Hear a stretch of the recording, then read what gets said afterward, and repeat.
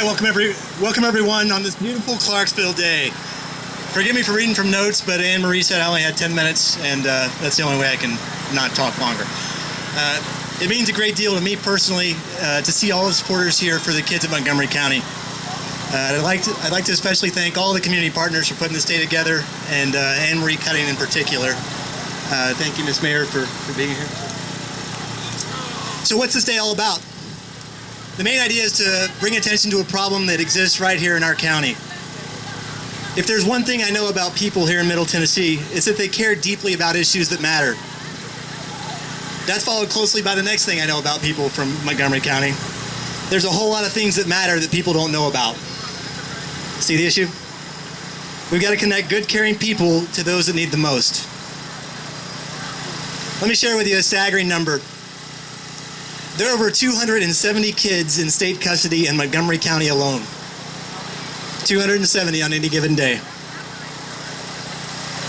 There are 62,000 households in Montgomery County.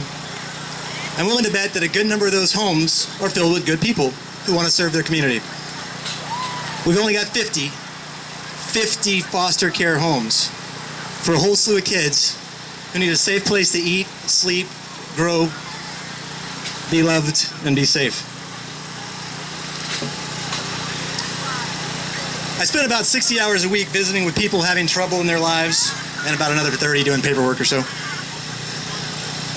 My folks, and they're over there, and I try to help people of all ages sort out their problems and sometimes shake their demons. The folks we serve come from all walks of life in all shapes and sizes, all colors and creeds. Some don't have 2 nickels to rub together, and some could light their cigars with $100 bills. Nearly all of them had parents who did the best they knew how, but I'll tell you, I've got 4 kids, and not one of them came with an instruction manual. Sometimes life has a way of getting a little out of control. For a whole bunch of people, some essential something was missing in the lessons in life that they took as kiddos. If you've ever seen the movies where there's a guy asking someone to lay on the couch and tell them about their mother, that's me. Not really, but kind of. There are about 6 elements that are crucial for kids to grow up to be awesome adults. The first dozen years of a kid's life entirely shape it. No matter how old I get, how much education and training, there's still going to be a little 12-year-old's voice inside of my head, 12-year-old me's voice, saying all sorts of things that don't make good sense. My parents did the best they were capable of, but if you ask my wife, she'll tell you I'm still a mess. The first thing, kids need support. They need someone behind them, allowing them to suffer natural consequences, but believing in their ability to succeed.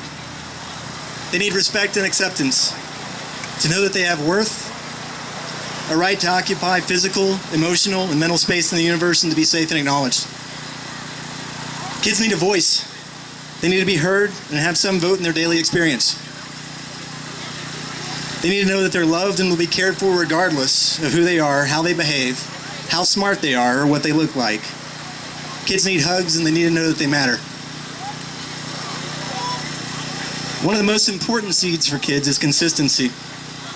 From this, they learn confidence and security. They learn to trust their own judgment, and they can learn to have faith in others. Children need to feel safe and secure in terms of food, clothing, shelter, and emotional support. For almost 300 kids in our home, many of these crucial elements are lacking. Their future is at risk,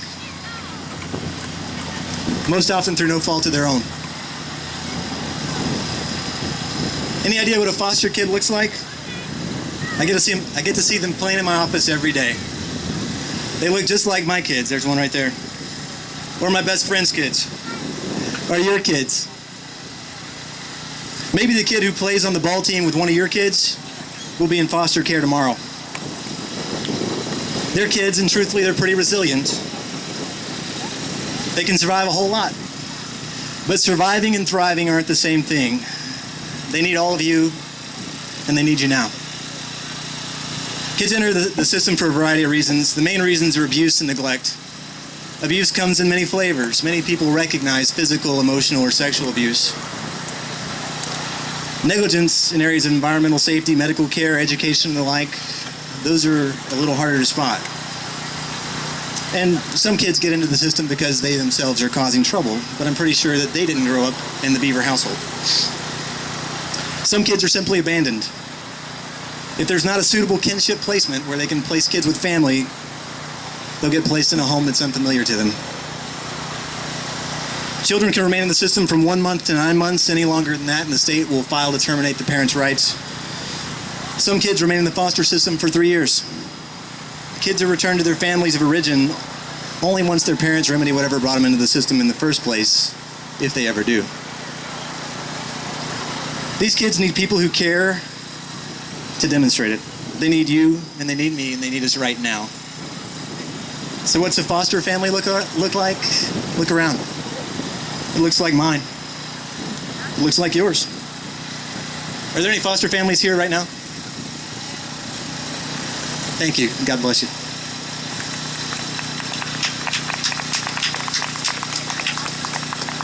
Thanks for making a difference in lives every day. It looks like them, right? I know that many folks hearing this may be considering space in their homes right now, their ability to take on additional responsibilities, to add another person to their own family dynamics. Perhaps wondering if you even make a good foster parent. Your very presence here indicates that you're a good candidate. You care, and you care a great deal. You know what makes a great foster home? A willingness to open your arms to a kid in need, to love them in a way that all kids deserve, to treat them like they matter, to let them know they have worth, that they have intrinsic value. People are absolutely affected by their environment. Can you create a space where kids can recognize their own significance and how important they are? I bet that you could. Leo Tolstoy, I'm kind of showing my geekiness now,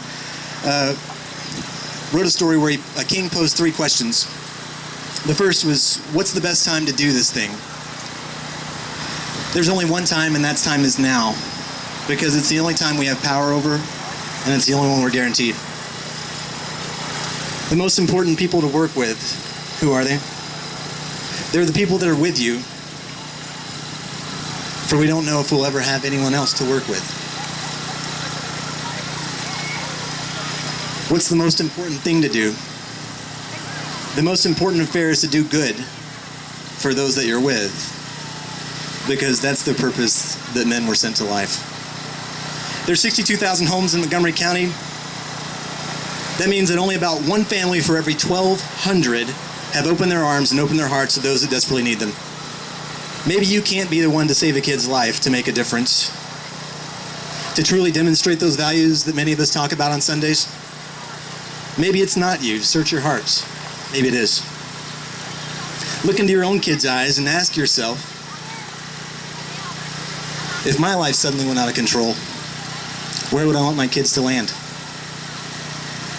Maybe your home isn't the place. Again, maybe it is.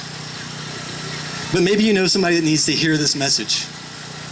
Our kids need advocates. They need people who care. They need people willingly to step beyond their own comfort zones. They need people who are willing to pull another chair to the dinner table.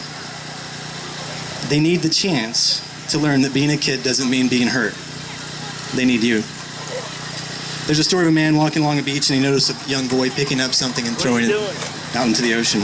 Approaching the boy, he said, "What are you doing?" The youth replied, "I'm throwing starfish back into the ocean. The surf's up and the tide's going out. If I don't throw them back, they'll die." "Son," the man said, "don't you realize there's miles and miles of beach and hundreds of starfish? You can't make a difference." After listening politely, the boy bent down, picked up another starfish, and gently threw it back into the ocean. He smiled at the man and said, "I made a difference for that one." In turbulent times like these, when so many people feel alone and small and vulnerable, we really are able to make a lasting impact. If you ever ask yourself, what can I do that will make a difference? What can one small person like me do? You can find your answer here. You don't have to be rich, talented, or understand quantum physics in order to be a positive force in the life of someone else.